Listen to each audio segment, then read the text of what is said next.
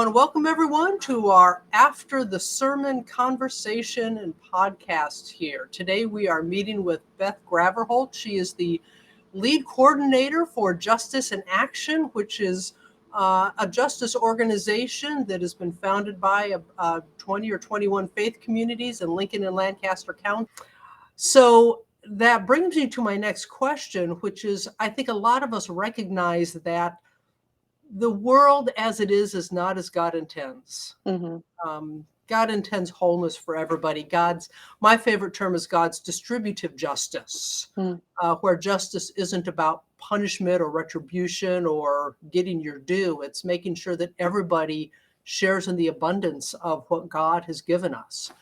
I think we recognize that that's what God wants, but we're kind of stuck with our current status quo, which is really more about how do I make sure I get what I want? How do I make sure I get what I need? And we recognize as we say that that's not really the world God intends, but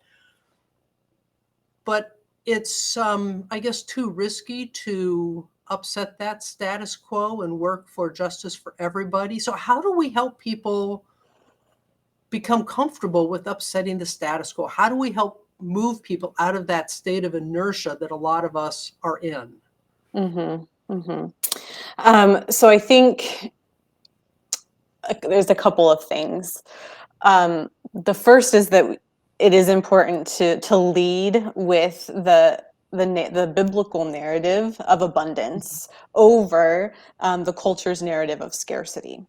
Especially, that's one of the big roadblocks to justice is always, well, there's not enough money, there's not enough staff, there's not enough this or that. And so to open with the belief that there is enough, that God created this world with enough. And I think it's important that we look at the world around us that way, but also that we look at within ourselves and at our own resources that way. To start with, I am enough. God has equipped me or will equip me with what I need to do this work. So starting there with that mindset of abundance and that belief in our scriptural narrative that isn't unique to Christianity, but is found throughout many world religions. So starting there, and then you mentioned being comfortable with the status quo, and the reality is that the fix to that is just getting uncomfortable and getting comfortable with being uncomfortable. I think that there's a few tools that can make that sustainable. Tools that I have had to rely on, especially in the last few weeks as we led up to our big Nehemiah action, where we had over 1,100 people and had public officials who we were asking hard questions of. There were some very uncomfortable moments in the last few weeks, even for me, and I know for our leaders as well. But what sustained me through that was spiritual practice, and so that does go again back to our faith. So keeping a Sabbath time, having a prayer practice, a centering practice. I'm a big believer in breath prayer, so that not only centers my mind but also my body. So there's those spiritual practices, and then also the practice of community. That again is fundamental to the justice work that we do as Justice in Action. So apart from much of the justice work that I had seen before this organization came along, which was very still individualistic, like I'm, as a person, going to write a letter to my senator, which is all fine and good, but it's an individual practice. In order to really change the status quo and to get the courage to do that, we need community. We need to support each other.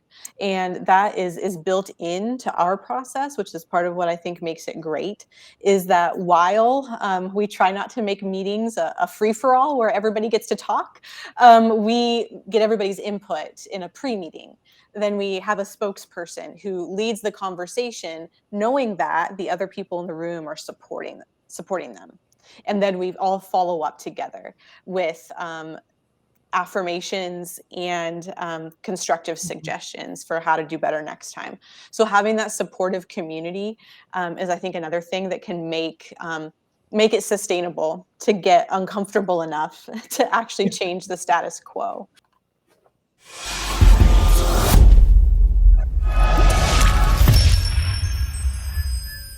Thanks for joining us at First Presbyterian Church, where faith is nurtured, curiosity encouraged, diversity welcomed, and all are loved.